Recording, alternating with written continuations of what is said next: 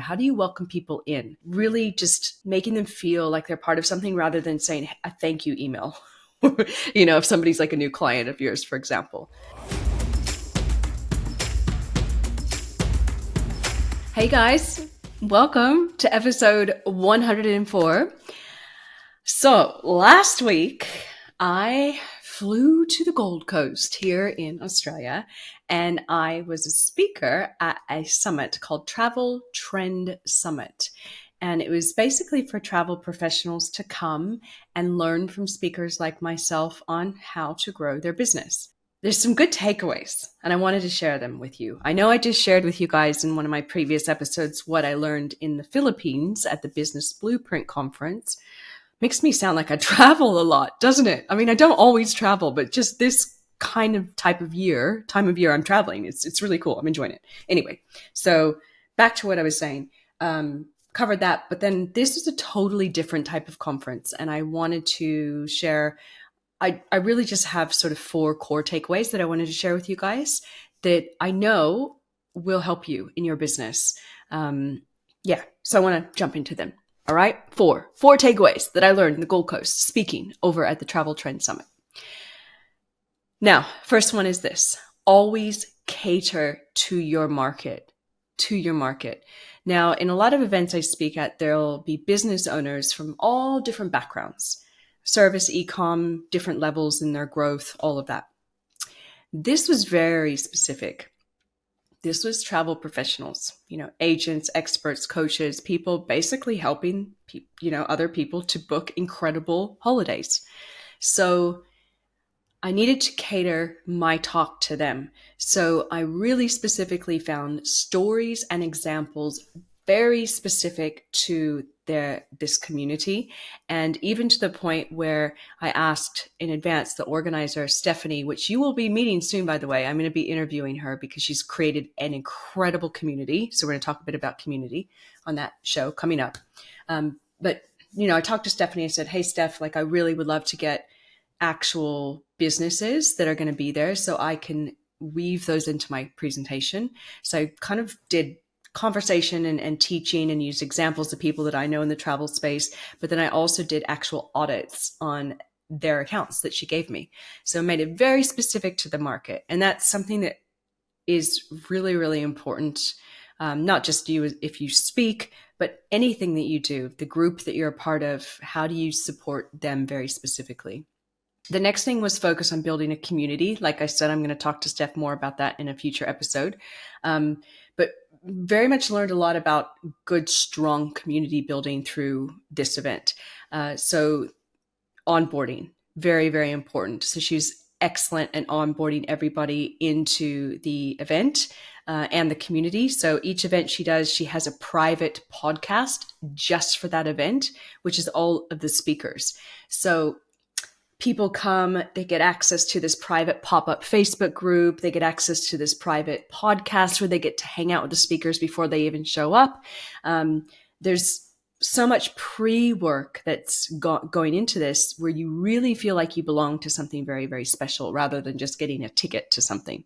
The community gets to weigh in and share content as well. So throughout the whole time, we were promoting hashtags and tagging her in, and she was sharing everyone's content to each other as well. So that was another thing, is just really the power of getting the community to weigh in and create their own content.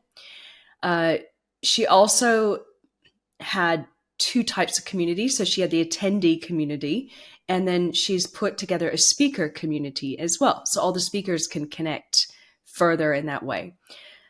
So that was just a few little community points, but really the main thing was just taking very good of your community, taking good care of your community, as well as how do you onboard them? How do you welcome people in? Really just making them feel like they're part of something rather than saying a thank you email, if somebody's like a new client of yours, for example.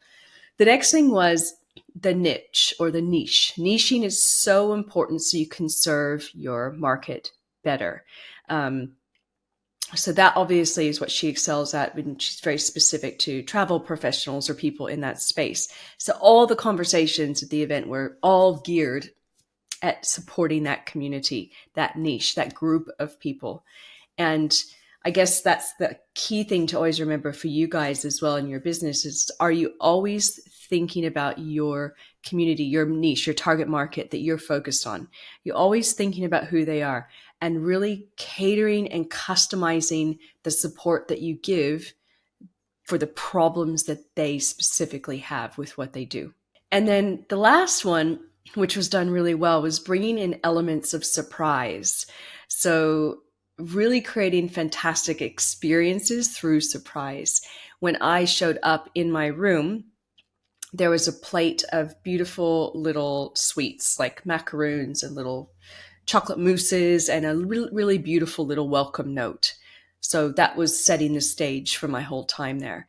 Then in the day of the event, we walked out, we had a break, like our lunch break. We walked out of the room. It was just like another world opened up to us. There was a pool at the venue. We were up in Gold Coast at the Ridges Hotel, and there's a pool, and there were two women dressed up as mermaids, fully from head to toe with the whole mermaid tails on.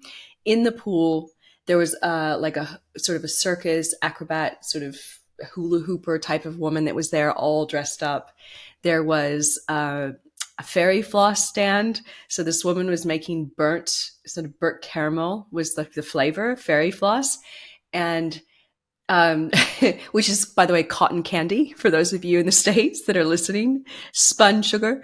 And so she was doing that, and she was basically putting tufts of this fairy floss on top of glasses of champagne.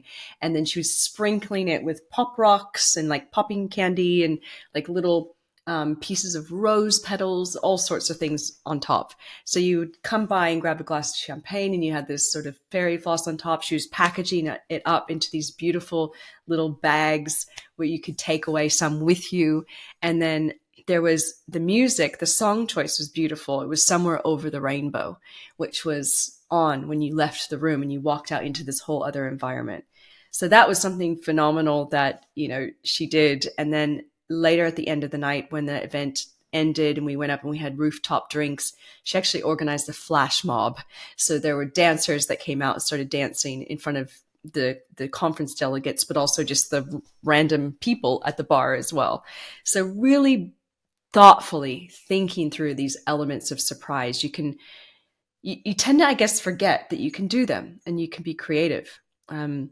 I'm always looking at ways of doing it better. Like for our customers, I send out cards and I send out like beautiful chocolate truffles. And now I'm looking for the next gift that I'm going to send, because if you're with me as a client over the years, then every year I give you different types of gifts. So now I'm sort of thinking, now what next can I send people who've already gotten the other things? So yeah, think about that, elements of surprise into not only your own customers, but even your team as well, your community, right?